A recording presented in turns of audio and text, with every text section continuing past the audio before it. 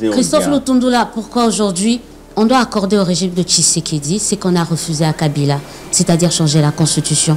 Vous étiez dans l'opposition quand vous prêtiez à Kabila l'intention d'un troisième mandat. Aujourd'hui, c'est le cas. Aujourd'hui, c'est une question, vous-même vous l'avez dit. Ce n'est même plus une intention, c'est une question. Pourquoi aujourd'hui on doit accorder à Tshisekedi ce qu'on a refusé à Kabila?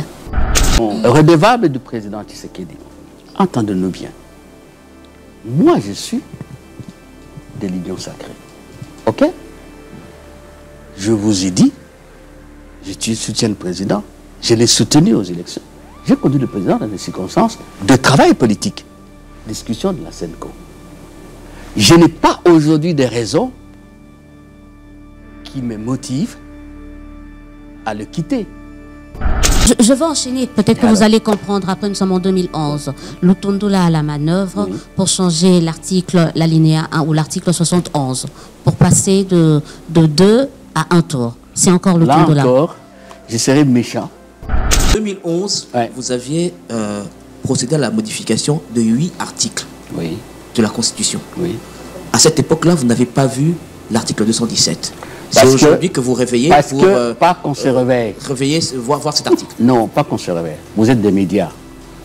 Lorsqu'il y a un débat, et des compatriotes soulèvent des problèmes, vous allez dire non, en 2011, nous on n'a pas vu ça, ça ne m'intéresse pas. Christophe Lutundula, on est à l'époque de Laurent Désiré Kabila. Est-ce que vous vous rappelez du décret 007? Tout à fait. Vous en êtes l'auteur? Je suis parmi les rédacteurs avec Maître Koud. Donc c'est vous qui avez donné à Laurent Désiré Kabila ce plein pouvoir de diriger par décret. Masolo ya sikaye na Kinshasa avec la société BDN Nettoyage. Pour garantir l'hygiène dans notre environnement, la société BDN Nettoyage vous offre des services de qualité avec des matériaux aux normes internationales. Pour les nettoyages urbains, nettoyage de bureaux, nettoyage des salles d'école, nettoyage des appartements, nettoyage hospitalier, remise en état après déménagement, traitement phytosanitaire, espace vert. BDN Nettoyage vous offre aussi un service des femmes de ménage expérimentées pour tous vos besoins. Une seule adresse, avenue Révolution, numéro 4, commune de la Gombe. Référence, Hôtel Meriba, Prince de Liège. Pour tout contact, plus 243 97 91 99 381, plus 33 61 388 63 38. BDN Nettoyage, le meilleur de l'hygiène. BDN, c'est la qualité de notre service.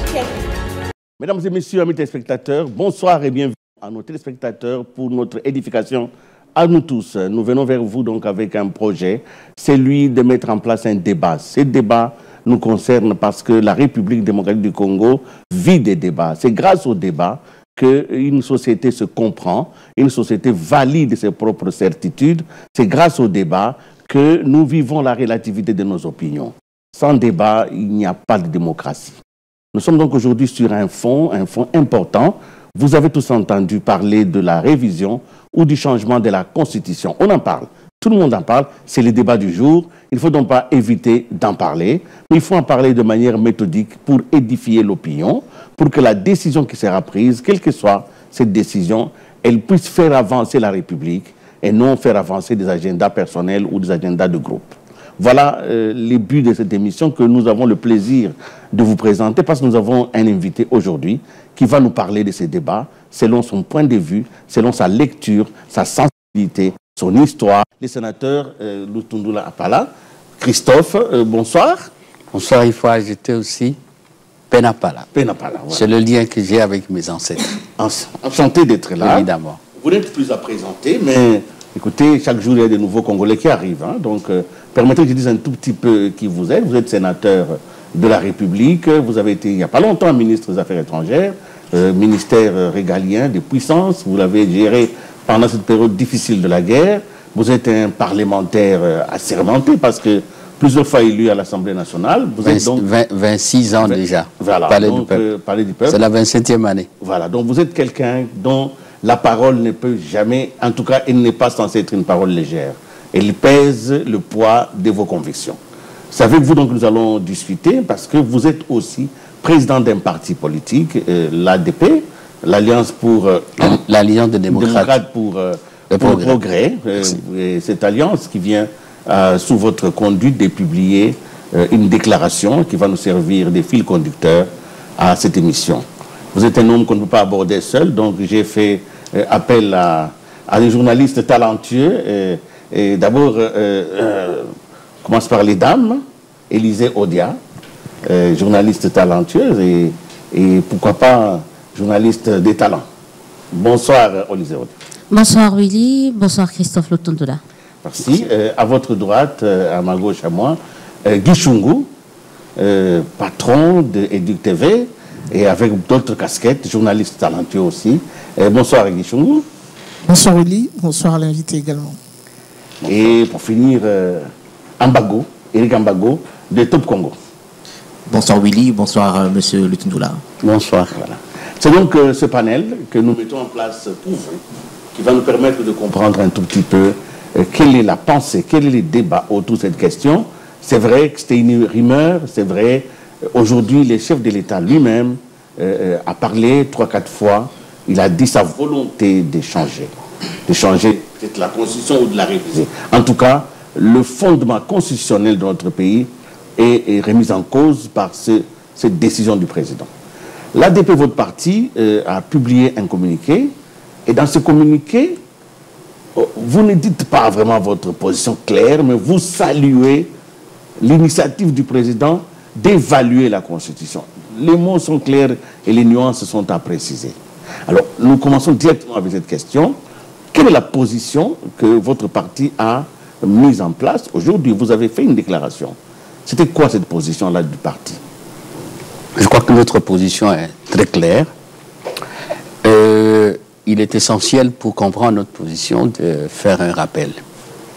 Ça fait pratiquement plus de 3 ans. Ça veut dire que avant que je n'ai le privilège d'entrer au gouvernement par suite de ma nomination par le chef de l'État, comme vous l'avez rappelé, aux affaires étrangères. Et vous pouvez vous rappeler l'époque où nous avions à l'Assemblée nationale le groupe de 13. Moi, je n'étais pas membre du groupe de 13. J'étais au G7, mais je travaillais avec le groupe de 13 à titre individuel. Et à cette époque-là déjà, les amis qui étaient avec moi dans le groupe, à la radio, à la télé, je pense probablement avec Eric Ambago ou Thierry Kabouni ou Christian Lusakoueno lui-même, j'ai développé une thèse.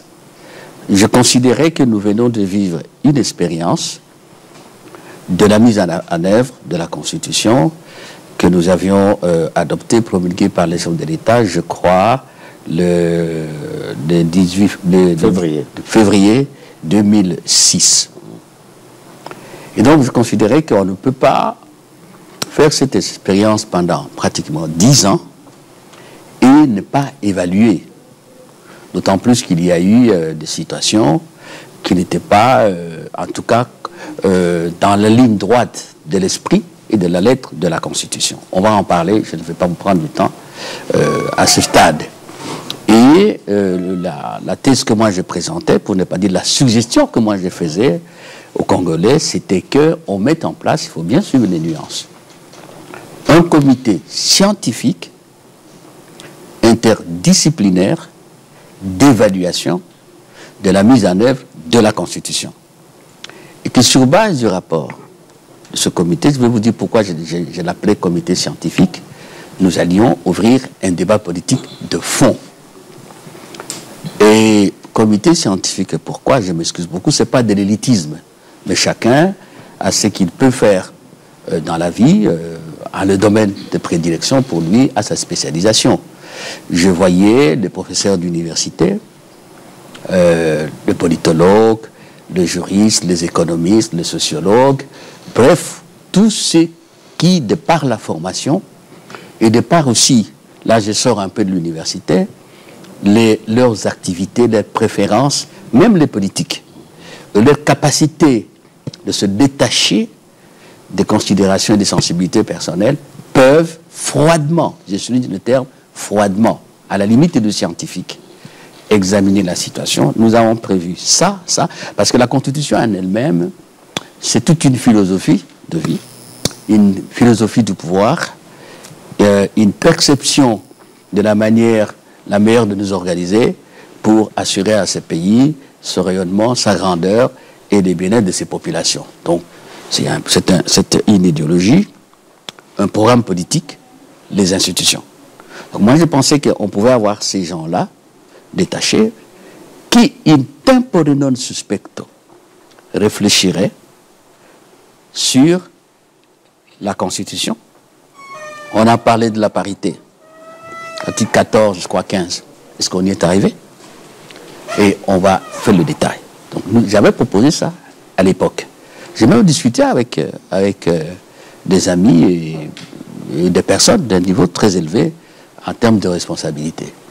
Et voilà que on se retrouve à Paris avec le président. On venait de l'Allemagne fédérale. Après Paris, on est passé à Bruxelles parce que le président parlait pratiquement 5 fois. Et à Heysel, dans une grande salle à Heysel, donc du côté où se trouve le grand stade, du côté de l'Atomium, le président lance. Il déplore d'abord, parce que bon, vous voyez dans la salle, les gens disaient, ben, nous sommes au mois de mai, il n'y a pas de gouvernement. Il déplore le fait que ça a pris du temps, il a expliqué, il a lancé une réflexion, il dit non, je vais quand même mettre en place une équipe pour réfléchir sur la possibilité d'avoir une constitution mieux adaptée, répondant mieux à nos préoccupations, et moi j'ajoute à tout le moins du moment. Alors dans la salle, il y a eu des murmures. Le président réagit immédiatement. On ne dit pas ça depuis lors. La murmure se comprend. Ce n'est pas ce à quoi vous pensez. C'est un petit détail, mais qui est très important. Un canal de suspicion. Oui, il a dit dans la salle. Malheureusement, vous, les hommes et les femmes des médias, personne n'a jamais fait état de ça. Et c'est très important pour comprendre la suite. Alors moi, de là où j'étais, j'ai dit, mais en fait, oui, mais ça va, c'est très bien. Et puis, par la suite, le président en parlait. Donc, nous, ADP, nous nous retrouvons dans ce que nous avons toujours dit. Et d'ailleurs, à l'époque du groupe de 13, je n'aime pas engager quelqu'un dans une opinion que j'aimais. Il y a eu d'autres qui ont pris des initiatives jusqu'au niveau de l'Assemblée. On en a parlé, vous voyez. Donc, ce serait une contradiction par rapport à nous-mêmes. Donc, si je comprends bien, le président vous a rejoint un peu. Je ne veux pas dire ça. Je ne veux pas dire ça. Il a agi selon ce que vous aviez déjà un peu pensé aussi. En tout cas, nous avons été satisfaits et nous nous retrouvons pleinement sur ce que le président dit, parce que le fond est là, et nous allons en parler. Toute société humaine évolue sous l'impulsion des dynamiques sociales, économiques et politiques. Lorsqu'on ne suit pas ces dynamiques-là, on se déconnecte et on finit par s'étioler comme une fleur sous l'effet du soleil. Et donc, nous devons avoir la capacité d'évoluer. Une constitution doit être forte, efficace et quelque part rigide, mais elle doit être comme le réseau qui plique et ne rompt point. C'est pour cela que dans toutes les constitutions, il y a les mécanismes, par exemple, de révision. C'est pour cela qu'à un moment ou à un autre, on arrive à remettre certaines choses sur la table pour évoluer. Voilà, voilà donc la motivation. Et pour revenir sur parce que vous êtes taquin, hein? Non. Donc notre position est claire, comme de l'eau claire, dans un verre clair, inodore, incolore et insipide. Celui qui s'intéresse à cette eau-là, qui a soif, il boit. Nous disons, il faut évaluer. Nous disons, par une structure, et je le souhaite, et c'est ce qui est mis dans notre communiqué, composé d'hommes et de femmes, qui sont compétents, qui ont la capacité d'élévation d'esprit, qui sont lucides, qui sont détachés, et qui vont nous dire, voici la photo de la manière dont vous avez appliqué votre constitution, et voici le problème. Il reste à savoir, quelle est la conclusion? Est-ce la révision? Est-ce les changements? Ne vous en faites pas, vous avez le temps. Nous allons examiner ces points. Vous avez, comme tout bon juriste, mis tout ça devant nous. Mais nous allons décortiquer chaque point parce que vous avez des choses importantes. Vous pensez à un comité scientifique, mais nous allons examiner tout cela. Guy Chungu, votre première question. Merci beaucoup, Willy. Monsieur Lutundula, dans votre parcours, il se dégage un constat, en tout cas un constat qui me permet de paraphraser, même si que certains disent, vous êtes toujours et très souvent du bon côté de l'histoire. Cette fois-ci, on a comme l'impression de vous voir nager un tout petit peu à contre-courant en soutenant ce que beaucoup considèrent comme une pilule amère, c'est-à-dire soit la révision, soit les changements, on en parlera ici. Alors ma question est directe. Quelles sont les motivations, soit vos motivations ou celles de votre parti politique pour soutenir cette révision, ce changement de la Constitution? Je demande le temps, je vais répondre à tout ça. Je dois dire d'abord que nous, à l'ADP, si vous l'autorisez personnellement, nous ne sommes pas pressés. Je crois que ce soit. L'opportunisme, on ne connaît pas l'opportunisme. Nous ne sommes pas des opportunistes, parce que je viens de vous dire, après les explications que je vous ai données, vous avez déjà une partie de la réponse à votre question. Nous sommes, pour dire, moi depuis que je vis, j'ai toujours eu la conviction, depuis l'école secondaire, que si vous faites bien votre travail, ça paye toujours. La preuve, vous m'avez connu à la conférence nationale des Congolais, c'est là que j'ai émergé. J'étais ce que j'ai été, mais je ne suis ministre que 32 ans. Je suis devenu ministre. 32 ans après. Et passé dans tous les services, même du temps du président Mobutu, je n'ai jamais été quelque part pour solliciter quoi que ce soit. Je vous fais confiance au travail. Donc, je voudrais recadrer les choses de cette manière-là. Alors, entrons dans le vif du sujet. J'ai essayé d'épingler ici certains problèmes que la mise en œuvre de la Constitution a posés. D'abord, notre modèle de décentralisation. Je ne vais pas aller très loin parce que c'est un sujet qui peut donner lieu même à des séminaires. Je voudrais que vous compreniez bien. Oui. Quand vous dites ça posé, vous regardez la praxis donc, constitutionnelle ou vous regardez les textes déjà qui sont écrits. Très bien. À quel niveau se situe votre Très bien. Il faut faire attention. Dans une législation, qu'elle soit constitutionnelle, ou une législation ordinaire, ou une réglementation, il y a deux fondamentaux, deux piliers sur lesquels repose la pertinence et l'efficacité de la législation. D'abord, l'écriture. L'écriture doit être saine, c'est-à-dire que l'écriture doit être telle que aucune disposition ne soit permissive de dérapage ou de fraude, ou même de faute. L'écriture doit être limpide. Donc, on va voir par la suite qu'est-ce qui se passe avec l'écriture. De l'autre côté, ce que vous appelez la praxis, qu'on peut traduire pour nous, vous comprendrez ce que je dis par nous, la culture politique, la relation que chacun de nous a avec le pouvoir. Et c'est un problème qui se pose plus particulièrement en Afrique francophone. En Afrique francophone. Et je dirais même mieux, notre rapport avec le modèle institutionnel d'inspiration occidentale. Si vous voyez, permettez, je ne fais pas un exposé académique, à l'heure actuelle, ou depuis longtemps, les pays qui ont connu le plus de coups d'État, ce sont les pays francophones. Le retour des coups d'État, c'est dans les pays francophones. Le modèle d'inspiration occidentale est à longueur de journée mis en cause par les francophones.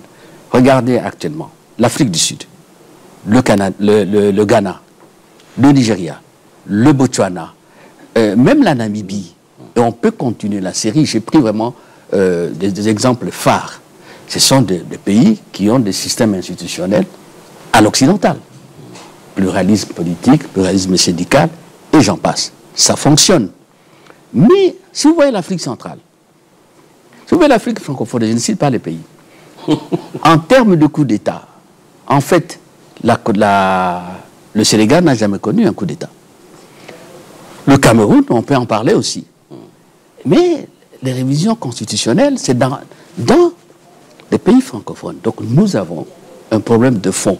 Est-ce que ce sont les textes qui sont mauvais ou c'est notre culture, notre mentalité qui n'arrive pas à s'intégrer dans les modèles qui viennent de l'Occident?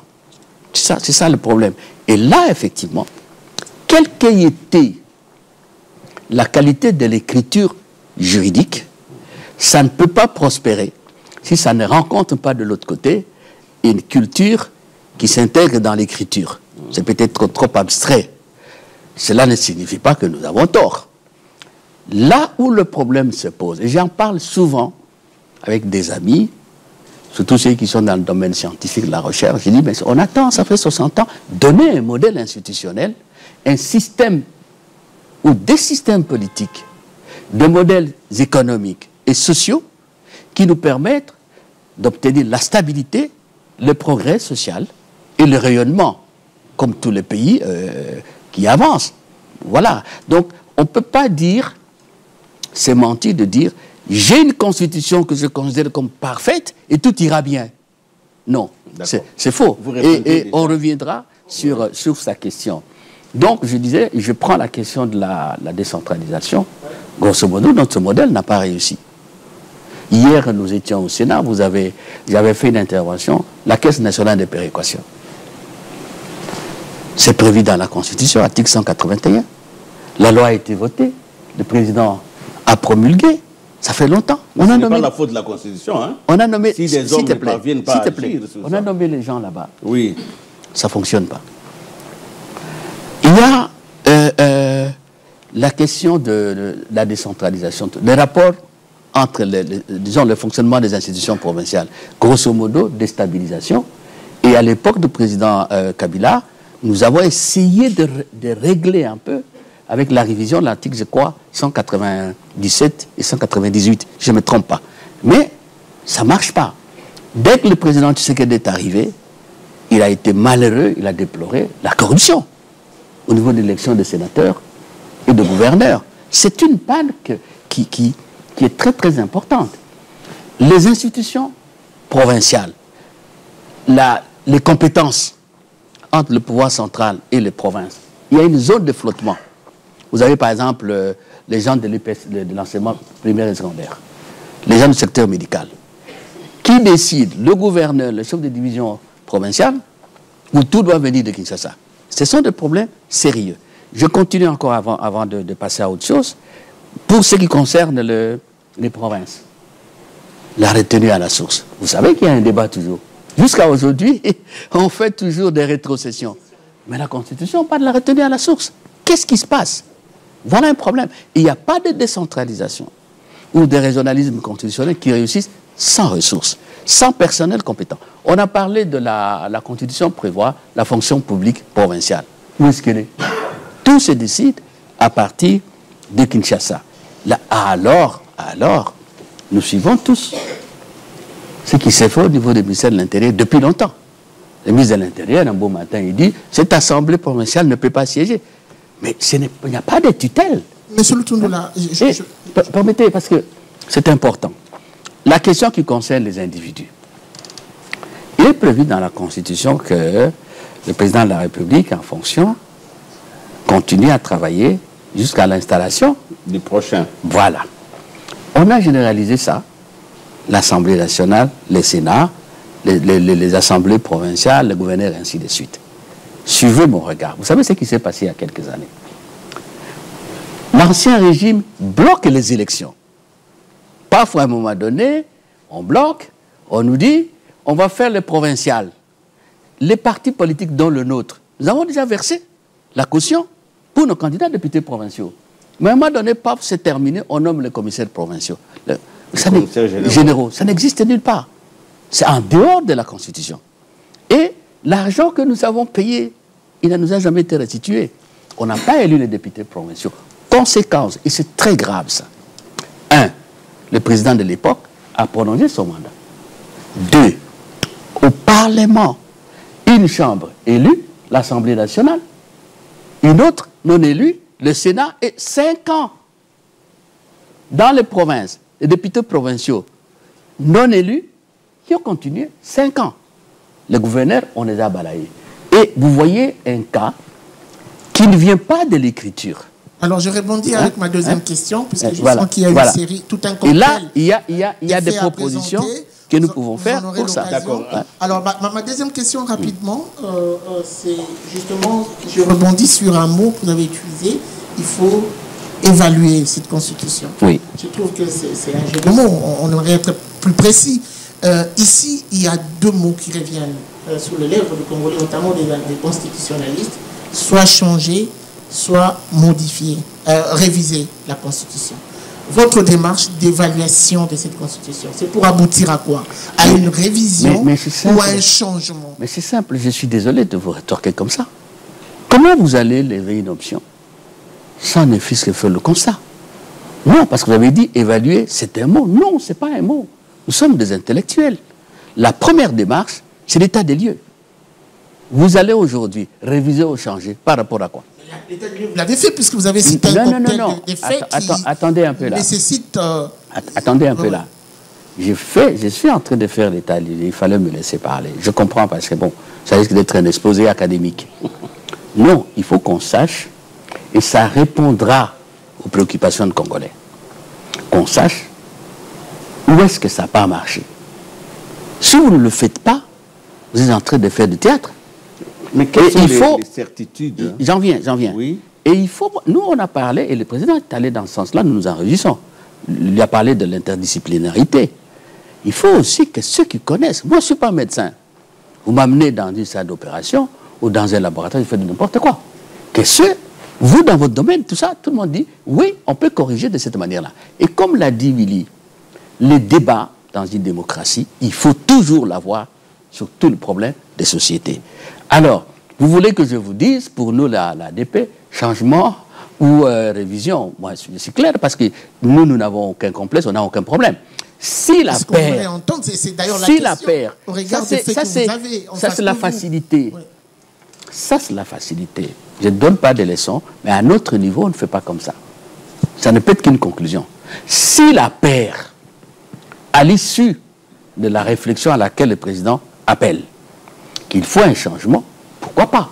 Et là, c'est là que nous devons ouvrir maintenant un débat politique. Là, ce n'est plus un débat intellectuel pur. Je m'excuse d'abuser du terme scientifique. Mais on dit, ah, on souffre d'un cancer, on souffre d'une malaria, on fait quoi? Ce débat-là, c'est dommage que pour le moment, on s'est déchaîné. C'est la passion et c'est de bonnes guerres.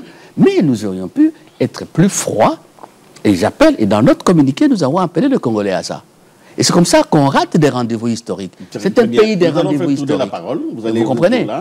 Okay. Donc, pour nous, ça ne nous gêne pas si, au vu de nos analyses et de ce que la structure va mettre en place... Ça soit une révision ou un changement. Oui, okay. Voilà. La parole va tourner. Élisée Odia. Christophe Lutundula, on est à l'époque de Laurent Désiré Kabila. Est-ce que vous vous rappelez du décret 007? Tout à fait. Vous en êtes l'auteur? Je suis parmi les rédacteurs avec Maître Koulou. Donc c'est vous qui avez donné à Laurent Désiré Kabila ce plein pouvoir de diriger par décret? Je crois que là, c'est un peu la manière dont nous discutons. Non, permettez. Qu'elle finisse d'abord sa question. Allez-y. Donc c'est vous qui avez donné à Laurent Désiré Kabila à l'époque le pouvoir de diriger par décret? Ce libellé-là, il le faut par rapport à l'histoire et par rapport à la vérité. Et vous comptez récidiver? Est-ce que vous n'avez pas mis la puce à l'oreille au président de la République, parce que vous n'allez pas, en tout cas pour la plupart de ceux qui nous suivent, le président de la République part de l'Allemagne fédérale, il arrive en Belgique et du coup il parle de la révision. Est-ce que vous y êtes pour quelque chose dans cette idée du président? Attendez, Élisée. Cette façon de poser la question, ça biaise tous les débats de fond. Et c'est ça le drame de nos débats. Précision pour Laurent Désiré Kabila. Laurent Désiré Kabila arrive, il prend le pouvoir. OK? La Constitution est suspendue, pour ne pas dire, est mise de côté. C'est notre président de la République. Il devait prêter serment sur quelle base? Et c'est là où vous intervenez? S'il vous plaît. Moi, j'étais à la maison calmement. Et Et j'étais associé. Maître Koud est encore vivant. J'ai vu ce qui a été fait. J'ai lu la proclamation de l'AFDEL. Deux faits évidents. Ils sont au pouvoir. Deuxième évidence, un pouvoir informel. Non. Troisième évidence, le président Laurent Désiré, la déclaration Élysée, avait déjà annoncé la mise en place d'une commission constitutionnelle qui sera mise en place, dirigée par le pauvre Kachamoura, je crois, que son âme repose en paix.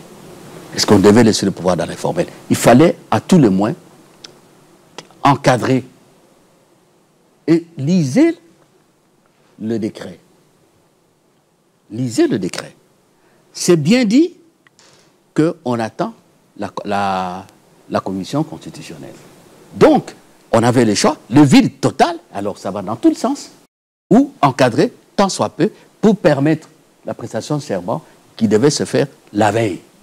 Et lisez encore, tout ce qui est droit de l'homme, je n'ai plus le libellé en tête, se reconduit. Et donc, le caractère transitoire était déjà indiqué. Alors, comme nous, on prend les choses à la superficie et avec beaucoup de passion, on ne s'était pas aperçu. Imaginez que le pouvoir qui venait d'arriver allait s'asseoir dans un vide juridique total. Nous sommes en 2011, c'est encore Christophe Lutundula. Attendez un peu là. On va y aller, sinon on ne terminera pas. Parce que vous posez des questions, je vous en prie. Des réponses, et elles sont pertinentes. Vous dites, le président, je n'ai pas inspiré, mais moi je vous ai dit dans quelles conditions, vous et moi et nous tous, nous avons appris la question de la Constitution. Je vais enchaîner, peut-être que vous allez comprendre. Après, nous sommes en 2011. Lutundula a la manœuvre pour changer l'article, l'alinéa 1 ou l'article 71, pour passer de 2 à 1 tour. C'est encore Lutundula. Là encore, je serai méchant. Je suis désolé de constater que, malgré ce que nous sommes, nous tous, je n'aime pas donner le... On revient encore sur ça. Madame Élysée, d'abord, la proposition de loi, donc c'était un projet, si je ne m'abuse, de loi de révision. Ce n'est pas venu de moi. 2, j'ai présenté à l'opinion publique, je prends Eric Ambango, témoin, parce qu'il a fait une émission avec moi, des documents authentiques du travail que nous avons fait avec Minaku, avec André Liongo Atundu. À un moment donné, Maître Kalachibango était là, mais il est parti. C'est que nous pouvons appeler pas même l'avant-projet. Ce que nous avons fait, nulle part, il existe cette histoire de 1 à 2 tours. Il est là, je lui ai montré le document. Je crois même vous aussi. J'ai mis sur Internet, ça fait plus de 3 ans. Et nous, ce qu'on a fait, et j'espère que nous allons avoir la hauteur d'esprit pour ne plus revenir sur ça, c'est que à l'époque, on a la Cour constitutionnelle. Après le deuxième tour, le premier tour, il fallait prolonger le délai entre le premier et le deuxième tour, parce que dans 15 jours, on ne peut pas organiser le scrutin, le deuxième tour. Et la Cour a mis, je crois, 30 ou 60 jours. Et nous avons formalisé. Et le texte existe, le texte authentique. Nous avons déposé, accusé de réception, et le projet, le travail est inscrit dans le livre bleu de l'Assemblée nationale quand le texte est déposé. Je vous ai dit que c'est au moment de discussion à l'Assemblée que l'affaire de 2 tours est venue. Pourquoi on doit fausser la vérité? En tout cas, vous étiez dans... Qui a finalement assumé la décision du second tour à illuminer? Il faut, disons les choses clairement. C'est venu de la présidence. Il demandait à... C'est pas moi qu'on a déposé. Mais porté par quel député? Porté par l'Assemblée nationale, la présidence. Ah mais oui. Donc, mais vous étiez à la manœuvre. Non. Quand vous dites moi, c'est différent. Non, mais parce que les autres ne sont pas là. C'est vous qui êtes en face de nous. Donc on dit vous étiez à la manœuvre. Vous n'étiez pas seul. Non, mais parce vous étiez dans la manœuvre. Je déplore ça parce que ça fausse les débats en pareille circonstance. Le sujet est tellement important qu'on ne peut pas le biaiser par ce type de considération. Non, c'est parce que... Surtout que. Mais concernant personnellement, et je peux le faire, je suis un homme honnête, concernant Minaku, concernant Atundu et tous ceux qui ont été associés à la réflexion, on n'a jamais parlé de passer d'un tour. Mais quel était votre travail, parce qu'elle a encore la parole, vous dites que, évidemment, ce n'est pas vous, c'est la présidence qui assume le changement de cette révision-là. Mais vous, on vous avez demandé de faire quel travail? On a fait exactement ce que nous voulions à l'ADP. On a fait des réflexions sur l'ensemble de la Constitution pour voir quelles sont les dispositions handicapantes, quelles sont les dispositions qui sont un peu, comment on peut dire, des impuretés dans la Constitution. Je vous ai donné un exemple précis, cette histoire de délai entre les deux tours. Et c'est le travail que nous avons fait. Et c'était quoi votre conclusion après ce travail? Quand vous avez fait le travail de 2 tours, c'était quoi la conclusion après cette réflexion? Nous avons proposé qu'au lieu de 15 jours, entre les 2 tours, on prend 45 jours. Comme ça, et votre proposition n'est pas passée? N'est pas passée. N'est pas passée. Parce que quelqu'un d'autre a utilisé cette réflexion pour pouvoir faire passer ce qui était en réalité recherché. Pourquoi je suis arrivé? Donc, on est en 97, Lutundula est là, on est en 2011, Lutundula est là, on est en 2024. Oui. Comme par miracle, on retrouve encore Lutundula. Non, pas par miracle. Comme par hasard. Non, pas par hasard. Pas par hasard. Vous êtes un technicien. Oui. Quelqu'un qui est reconnu, un expert dans tout ce qui est réforme institutionnelle. Est-ce qu'aujourd'hui, vous n'avez pas l'impression qu'à chaque fois qu'on veut déclencher, qu'on veut changer les choses, changer les textes ici au pays, on vous utilise, vous? Non. Là aussi, encore une fois, c'est banaliser un débat de fond. Et je suis peiné, moi, de voir qu'à notre niveau, moi, j'ai étudié. Je ne suis pas constitutionnaliste. On ne triche pas avec la science. Je suis un petit monsieur qui a fait le droit, très intéressé à la matière administrative, à la matière constitutionnelle. Vous avez fait les études de journaliste. Et quand il y a des problèmes de votre profession ou de votre science, vous dites non, on va dire que ceci, vous croisez les bras. Ça, c'est une démission. Un intellectuel, je ne peux pas le faire jusqu'au moment où je n'aurai plus la force, soit intellectuelle, soit physique. Tout débat qui concerne les matières pour lesquelles j'étais formé, les matières pour lesquelles j'ai un intérêt comme intellectuel, je vais me mêler à ça. Donc vous pensez qu'on ne rend pas justice, en fait, sur le plan historique, par rapport à vos responsabilités, aux initiatives? Vous avez l'impression que l'histoire ne vous donne pas la vraie mesure? Vous avez l'impression? C'est pas l'histoire. Ce n'est pas la première fois hein, qu'elle vient de dire. Et c'est ce que je ne comprends pas. Parce que c'est ce que nous on ne comprend pas. Pourquoi vous êtes tout le temps associé? Mais c'est ce que je vous dis, ce n'est pas associé. La révision ici, je ne suis pas associé. Mais je me retrouve dans ce qui est fait. J'ai étudié, j'ai une expérience, je veux que mon pays avance, je suis de l'Union sacrée, je soutiens le président, je dois m'impliquer. Et comme par hasard, vous aviez déjà pensé à mettre en place une commission interdisciplinaire, le président a eu la même pensée avec pratiquement la même formulation. Permettez-nous de se dire, mais est-ce que vous n'êtes pas les souffleurs des rois de notre pays? Non. Nous étions ici en train de parler en anecdote. C'est dommage, il ne faut pas qu'on perde le fil de la question de fond. Nous avons parlé d'une anecdote ici, là, la question de la souveraineté à la conférence nationale souveraine. Ceux qui ont vécu ça, ça allait faire flamber le pays. Moi, j'étais assis à côté du professeur Liao, j'ai eu des idées, je devais les présenter. Est-ce que j'aurais servi mon pays si je me suis tué? Ces jours-là, ceux qui ont vécu, vous êtes encore jeunes, ceux qui ont vécu ces jours-là, où l'Union sacrée de l'opposition et on appelait mouvance présidentielle, allaient se cogner. Il a fallu qu'un petit monsieur dans la salle, un petit juriste comme moi, je demande l'autorisation au professeur Liao, il dit parler, monseigneur me passe, et puis j'ai décrispé la situation. Donc moi, je ne peux pas être médecin, être juriste, journaliste, et avoir peur. Nous allons défendre des idées. Ça ne marche pas, il faut avancer. Non, je l'ai juste terminé par rapport au début, l'introduction de Christophe Lutundula. Il parle du fait que 32 ans après, il n'a jamais occupé de haute fonction. Il fallait attendre le président. En fait, le ministrable, il a été vice-président, mais il n'a jamais été ministre. Oui. Il fallait attendre le président Tshisekedi pour faire de vous vice-premier ministre de l'Intérieur. Est-ce qu'aujourd'hui, vous vous sentez redevable à l'endroit de Félix Tshisekedi? Vous ne m'avez pas compris. Il y a une question. Je voulais souligner le fait que dans ma vie, je suis un homme de patience.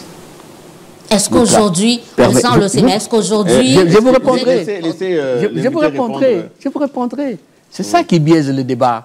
Non, je vous en prie. Il faut aller dans des questions importantes. Il ne faut pas personnaliser les débats. Je suis désolé, mais c'est bien, vous me donnez l'occasion aussi de m'adresser à d'autres. Que les gens aient quand même une idée de la personne qui Attendez un peu, analyse. ils me connaissent bien. C'est pour ça que je dis que vous m'aidez à répondre à tout ce que je vois, les gens écrivent. Et je sais qu'après l'émission... Donc le débat, il n'est pas si biaisé que ça. Il est biaisé. Parce que la nation congolaise, ce n'est pas le Tundoula. C'est nous tous. Et des questions comme des questions constitutionnelles, c'est la base de l'organisation de la société. On ne doit pas la ramener à la dimension des individus. C'est ce que je veux dire. Non, là, je voulais tout simplement dire que par rapport à la démarche de l'ADP, sous ma direction, il n'y a ni opportunisme, ni recherche de quoi que ce soit, parce que nous avons réfléchi sur la question depuis longtemps, parce que aussi, pour nous, c'est le travail qui paye. Ce n'est ni la précipitation, ni l'opportunisme. D'accord, nous reviendrons. Alors, redevable du président Tshisekedi, entendez-nous bien. Moi, je suis de l'Union sacrée. OK? Je vous ai dit, je soutiens le président, je l'ai soutenu aux élections. J'ai conduit le président dans des circonstances de travail politique. Discussion de la SENCO. Je n'ai pas aujourd'hui des raisons qui me motivent à le quitter. Est-ce que il y a un problème? Redevable. Parlons vrai, nous sommes des intellectuels. Il m'a donné un espace de rayonnement, d'expression, un espace pour vivre mes idées là où je travaillais. Est-ce que je serais un homme sérieux de dire, alors qu'il n'y a aucune divergence de fond avec le président, de venir dire non, je ne le soutiens pas? Non, moi je ne suis pas de ces gens-là. Alors nous allons passer à Eric Mbongo et puis on va en Bago. Hein. Tout dire en Mbongo, pourquoi? Mais en Bago. Voilà, c'est en Bago et ça c'est la dernière fois que je me trompe. Bon, avant que vous nous posiez la parole, je voudrais qu'on conclue un peu cette question des érosions. Elle est essentielle. Ne sentez pas que l'on vous harcèle. Non, pas du tout. En 2011, le président Kabila avait un projet. C'était celui de garantir une élection à un seul tour parce que l'opposition se réunissant contre lui en second tour, il pouvait échouer. On a étudié donc des problèmes constitutionnels pour faire insérer un agenda politique. Aujourd'hui, les soupçons qui pèsent sur la démarche présidentielle, c'est un soupçon de, voilà, nous allons évaluer cette constitution avec toutes ses imperfections pour insérer quelque chose à l'intérieur, notamment, pourquoi pas un troisième mandat. Ça, on le dit. C'est comme ça que nous ne pouvons pas revenir sur les mêmes erreurs. Il fallait poser la question de cette manière et donc donner une réponse. Elle vous sera posée, et je crois que Eric ne va pas échapper à cela, c'est cela sans cette question. Mais pourquoi je pose la question? Parce que nous ne pouvons pas, en tant que responsables dans les médias, de faire comme si on n'a pas une histoire. Donc ce qui a déjà été fait peut se refaire. Et ça n'a pas servi la République. Le fait d'utiliser la Constitution pour accomplir des agendas politiques. Maintenant, je donne la parole à Eric. Monsieur Lutundoula, est-ce que la Constitution du 18 février 2006, modifiée en 2011, est mauvaise? Je ne raisonne pas en termes de constitution mauvaise. Ça, c'est la surenchère politique. Je ne raisonne pas en ces termes. Mais lorsqu'on dit qu'elle n'est pas adaptée à nos réalités, ça veut dire qu'elle est mauvaise. Je n'entre pas dans ce type de débat. Je vous ai expliqué d'abord la problématique générale de modèles institutionnels inspirés de modèles occidentaux en Afrique francophone. On a parlé de cela. J'étais en train de vous ressortir les éléments que je considère qu'ils posent problème et qu'il faut le régler. J'étais en train de faire ça. Bon, heureusement, malheureusement, vous m'avez interrompu. Je remercie Élisée Odia qui, sans le savoir, m'a permis de répondre à beaucoup de gens. Et donc, la question que vous me posez, moi, je ne la pose pas en ces termes. D'autant plus que, et je l'ai dit lorsqu'il a parlé de la praxis, jamais vous n'aurez une constitution parfaite. Même la constitution américaine qu'on prend comme modèle, il a été modifié plusieurs fois. Et quelle modification? Avec des articles kilométriques. Vous comprenez? Je vous ai dit que toute société est soumise à des dynamiques sociale, économique et politique qui lui donne mouvement. C'est peut-être trop philosophique, je m'en excuse, ou j'abuse, mais si le cadrage institutionnel ne s'adapte pas, ça tombe en panne et ça devient une crise. C'est comme ça qu'on arrive à avoir des crises. Vous comprenez? Donc, votre question, j'y ai déjà répondu. Est-ce que vous ne répondez pas à votre leader oui, de l'Union sacrée, qui a dit clairement devant les populations que cette constitution n'est pas bonne? Pourquoi vous ne voulez pas rejoindre la position de votre leader? Mais vous voulez que j'utilise les mêmes expressions? Je dis que dans la Constitution, ça se fait aujourd'hui, ça se fera demain, ça se fera toute notre vie. Il y a des dispositions, soit handicapantes, soit permissives, soit mal interprétées. Regardez, parce que moi je voudrais vraiment qu'on fasse comme ça. L'article 217. Quel est le problème? Il faut aller au-delà des arguments politiques. Deux problèmes. Le premier, c'est la frustration des Congolais vis-à-vis de l'Union africaine. Et c'est l'ancien ministre des Affaires étrangères qui vous parle de ça. Nous sommes cofondateurs de l'Union africaine. Regardez le dossier de l'Est. Rappelez-vous l'affaire de la MONUSCO. Et puis la force de l'EAC. Le rejet. Hier, nous avons reçu au Sénat la délégation du Parlement panafricain. Je leur ai dit, vous êtes les bienvenus parce que ici, le Congolais se demande l'Union africaine, c'est quoi? Pendant la conférence nationale, crise que vous connaissez, Salim Ahmed Salim, secrétaire général de l'Union africaine, tanzanien, je crois qu'il est mort, arrive ici. Moi, je travaille avec Monseigneur Moussengo. Nous le recevons, Monseigneur, feu l'ambassadeur Izoubir. Je crois que Papa Iléo était là. Il est venu, organisation de l'unité africaine. On lui donne tout le dossier. Il dit, ok, je pars, je vais revenir. Il n'est plus jamais revenu. Le Conseil paix et sécurité de l'Union africaine a pris beaucoup de résolutions sur la crise à l'Est. Je dis à la délégation, allez à l'Union africaine, posez la question à la Commission. Toutes les décisions que l'on prend ici sont où? Donc le Congolais se demande, lorsqu'on lui parle de l'Union africaine aujourd'hui, ça signifie quoi? C'est ça le problème de fond qui est là.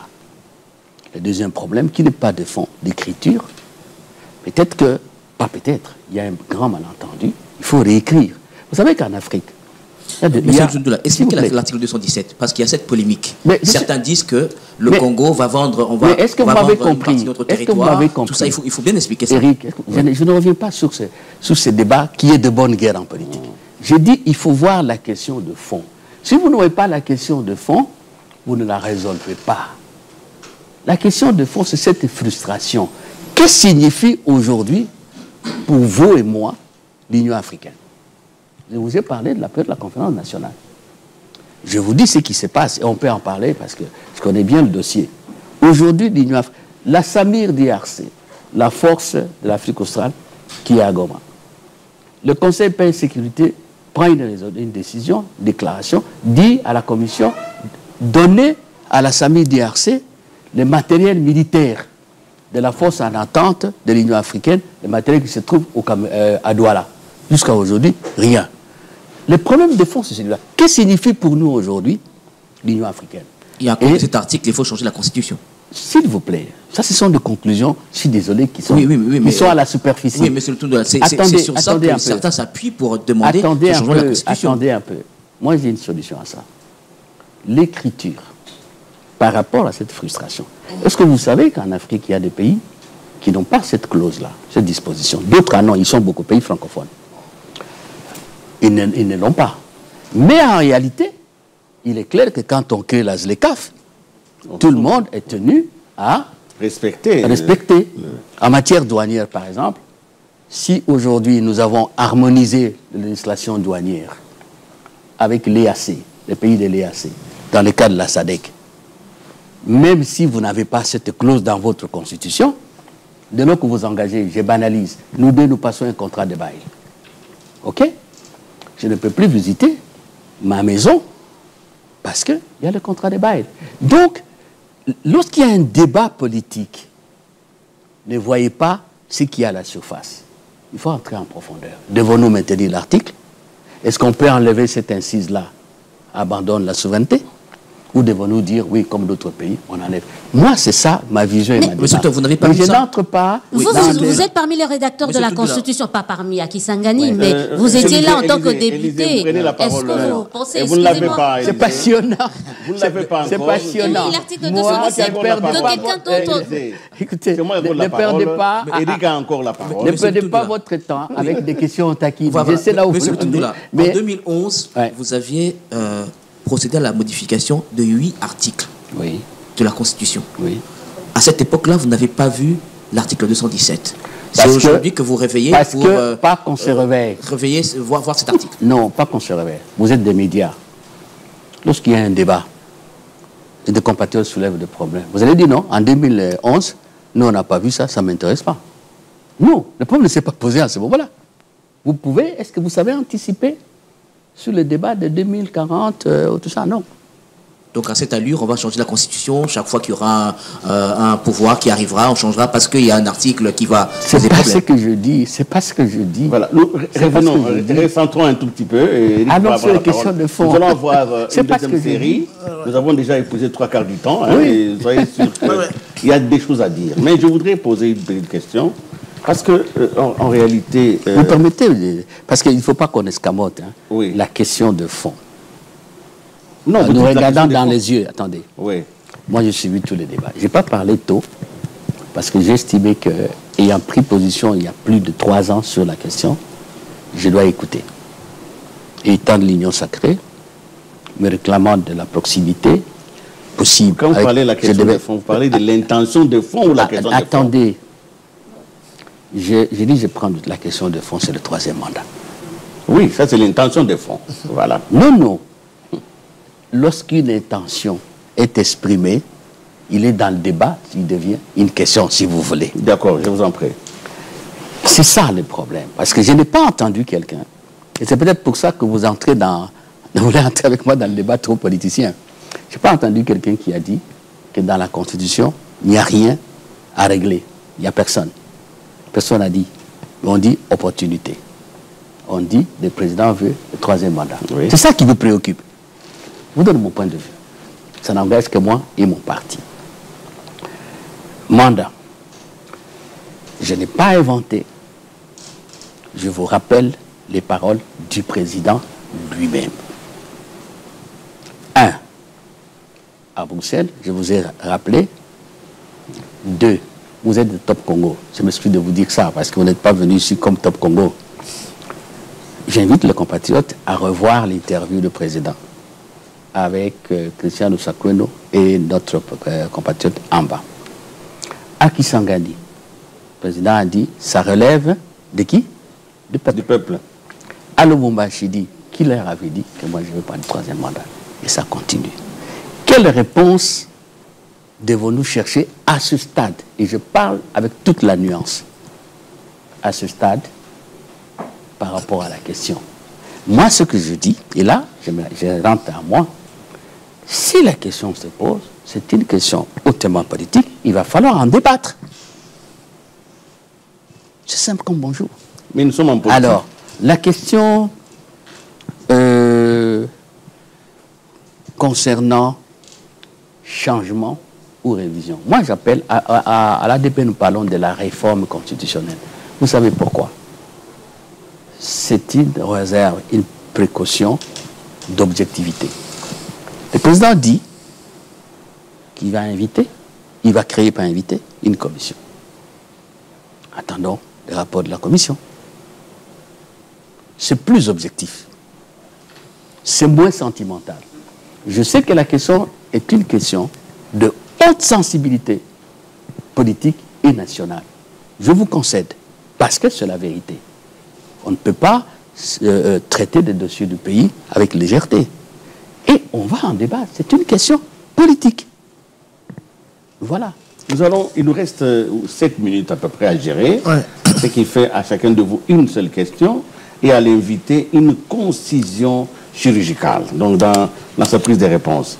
Donc vous allez vraiment, parce qu'il reste très peu de minutes, vous posez une seule question, il répond, une deuxième, il répond, une troisième, il répond, et nous allons conclure l'émission.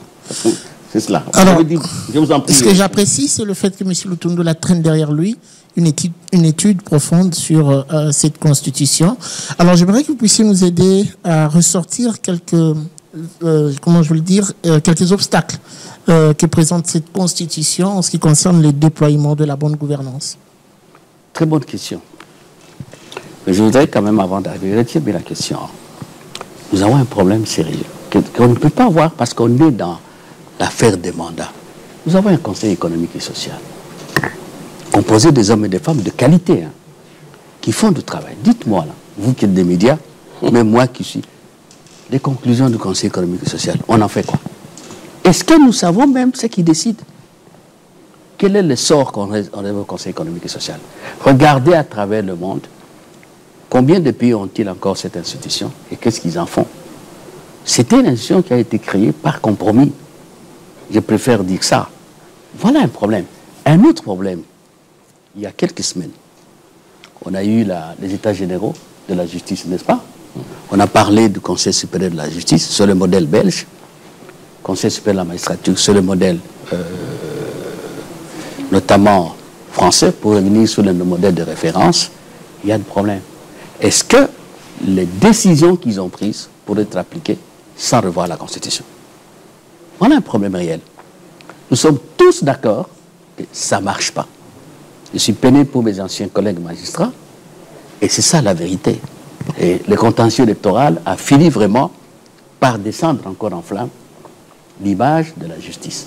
Mais aujourd'hui, là, les piliers de l'indépendance de la justice, pour nous, c'est la législation et le Conseil supérieur de la magistrature. On a descendu en flammes. Est-ce que, dites-moi, on peut aujourd'hui valablement changer la justice sans toucher à la Constitution? Voilà un autre problème. Même l'affaire du gouvernement qui est formé tardivement, et là je te rejoins à la praxis. C'est quand même curieux que dans notre pays, personne n'a jamais discuté du programme du gouvernement avant de former le gouvernement. On ne dénonce pas ça.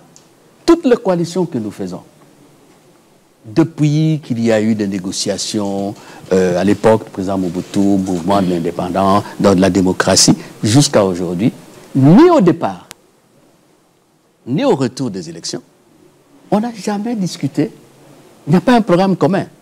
Conséquence, c'est que la formation du gouvernement se réduit à dire qui va être là-bas, qui va faire quoi, et ça prend tout le temps comme ça. Des changements. Donc, tout cela aussi, il y a des choses qu'il faut retoucher. Bon, parce que le temps nous est compté. Il a parlé de gouvernance. Vous avez dit que... Est-ce que la Constitution empêche que vous... Est-ce qu'il y a des obstacles que présente cette Constitution sur le déploiement de la bonne gouvernance? Je vous mentirai si je dis oui ou non. Mais je reprends ce que j'ai dit. Je vous cite un cas très précis. L'affaire du gouvernement. Comment se fait-il? Nous tous ici, nous sommes des intellectuels, nous suivons ce qui passe ailleurs. Partout, il y a des coalitions. Le débat, c'est sur le programme. De l'opposition comme de la majorité.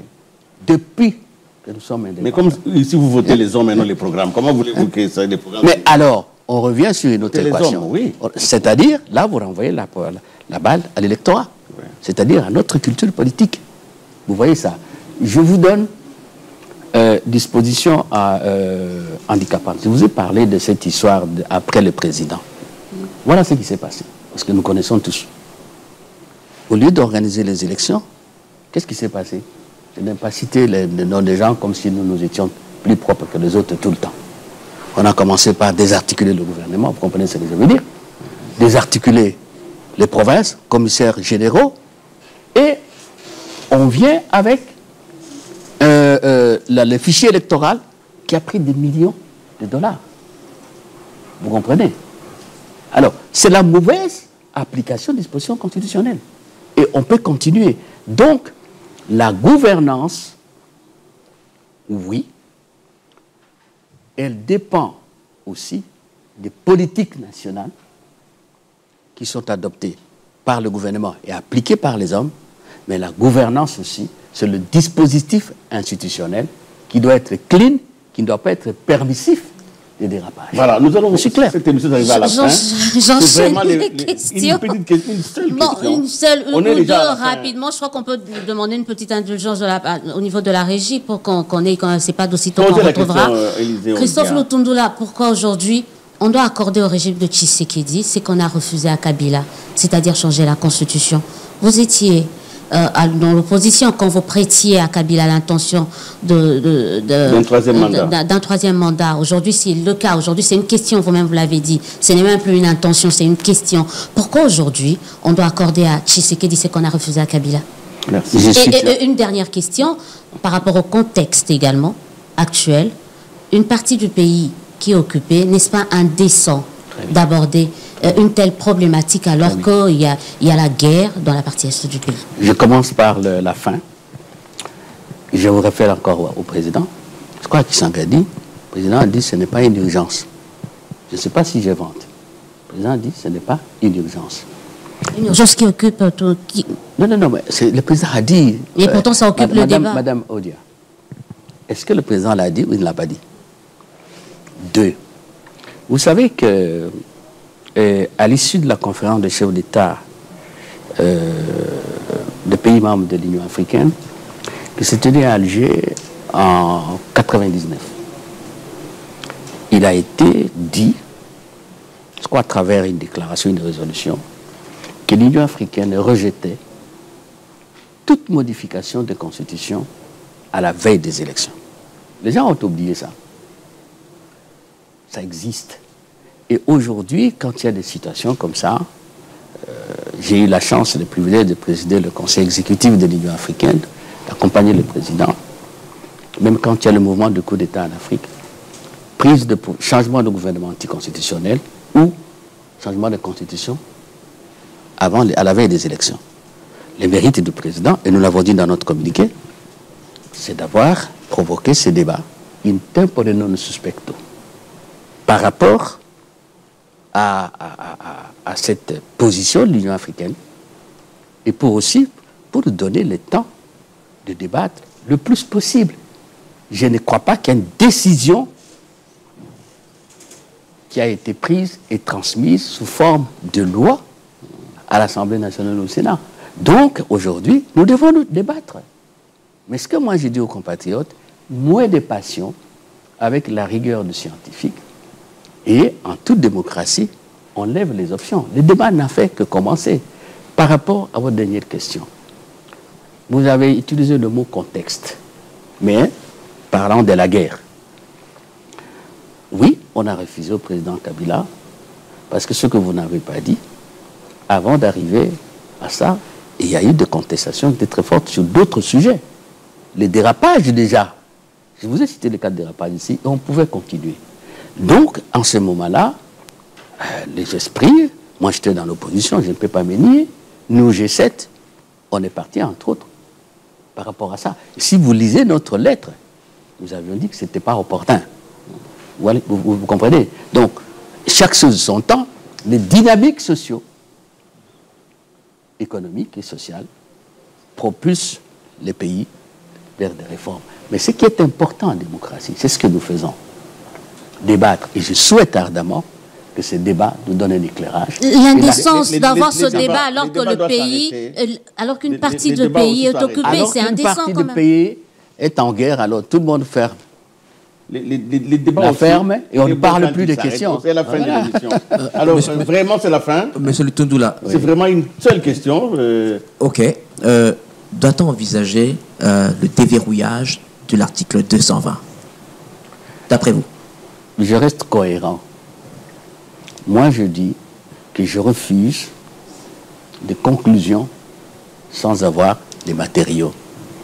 Comment, à notre niveau, on peut décider aujourd'hui qu'on verrouille ou qu'on ne verrouille pas? Nous, à l'ADP, si la paire, après ce travail de fond auquel le président nous appelle et qu'il va cristalliser dans les cadres d'une commission. Et nous avons dit dans notre communiqué que nous espérons que ce sera des hommes de qualité. Ne vous en faites pas. Moi, je suis au Sénat. C'est sûr que ce débat viendra au Sénat. Mais si la paire qu'il faut changer, pourquoi ne pas changer? Je suis clair. Nous allons permettre au président Tshisekedi de briguer un troisième mandat. Éric Ambago. Permettre au président Tshisekedi de briguer un troisième mandat. Mais je vous ai dit qu'il y a un débat. Je vous en prie, nous allons... des dispositions transitoires et tout. Voilà. C'est la fin. Le débat a commencé, je l'ai dit au début. Et même cette émission est un début de débat.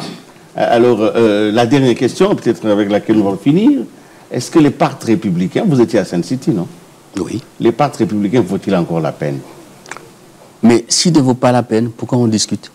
Oui, parce que le parti républicain, c'est un parti sacré qui n'est pas dans la Constitution, mais qui est dans les valeurs, vous avez parlé de culture politique, qui voudrait que les hommes politiques ne fassent que 2 mandats et laissent l'alternance se poursuivre. C'est ça le parti républicain, parce qu'à l'origine, il y avait la guerre, et parce qu'on a mis fin à la guerre, qu'on a décidé que personne ne veut arriver au pouvoir par les armes, alors comment nous garantissons mutuellement 2 mandats et c'est fini? C'est ça l'essence du parti républicain. Mais si tout doit être remis en cause, c'est que cela aussi est fini. Je vous ai dit. Et c'est ça même le dernier mot. Je vous ai dit, tout au long de notre entretien qui a été, je ne dis pas chaud, parce que la chaleur brûle, oui, mais qui nous a permis quand même d'éclairer certaines zones d'ombre, du moins, à notre point de vue. N'anticipons sur rien. L'essence de la démocratie, c'est le débat contradictoire. Il y a la thèse, il y a l'antithèse, et puis on arrive à une conclusion. C'est ça la démocratie. Aujourd'hui, il y a un pays que nous suivons beaucoup parce qu'on partage la langue, qui est dans un tourbillon. Un Premier ministre nommé après élection, peut-être qu'il va tomber aujourd'hui. C'est une dialectique démocratique. Nous ne pouvons pas dire la démocratie et avoir peur de débattre.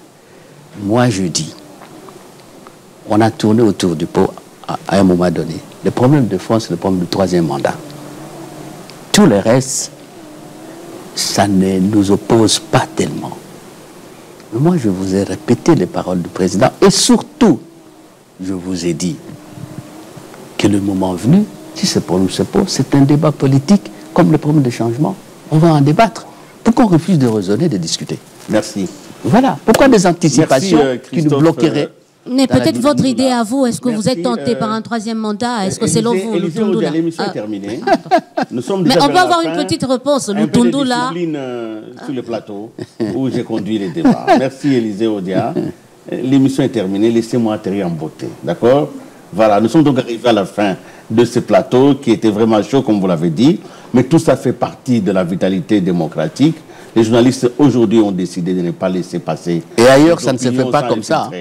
Nous allons le faire et régulièrement. Et nous vous remercions surtout d'avoir accepté d'être là et de partager votre expérience, mais surtout aussi au passage des pays, quelques dates historiques, des clarifications. Nous sommes donc contents et je voudrais remercier Élisée Odia de sa pugnacité, même si elle est un peu indisciplinée, mais c'est comme ça aussi, c'est qu'elle est. C'est notre Élisée Odia. Et je remercie aussi Guy Chungu de nous avoir accueillis, mais surtout d'avoir participé, et Éric Ambago. Merci beaucoup. Merci aussi à toute l'équipe qui nous a accompagnés, tous les techniciens. Soyez rassurés, vous avez touché du bon doigt et vous allez faire ce grand travail pour la République. Merci aussi aux téléspectateurs qui nous ont suivis. Cette émission sera diffusée, rediffusée sur toutes les plateformes de diffusion et certainement vous aurez des réactions à cela. Contactez-nous si vous en avez. Les débats, ils continuent sur les réseaux sociaux, il va continuer aussi dans les journaux. Mesdames et messieurs, c'est la fin de ce grand plateau. J'ai donc été heureux de vous le présenter. J'espère vous retrouver à une autre occasion. D'ici là, portez-vous bien. Au revoir.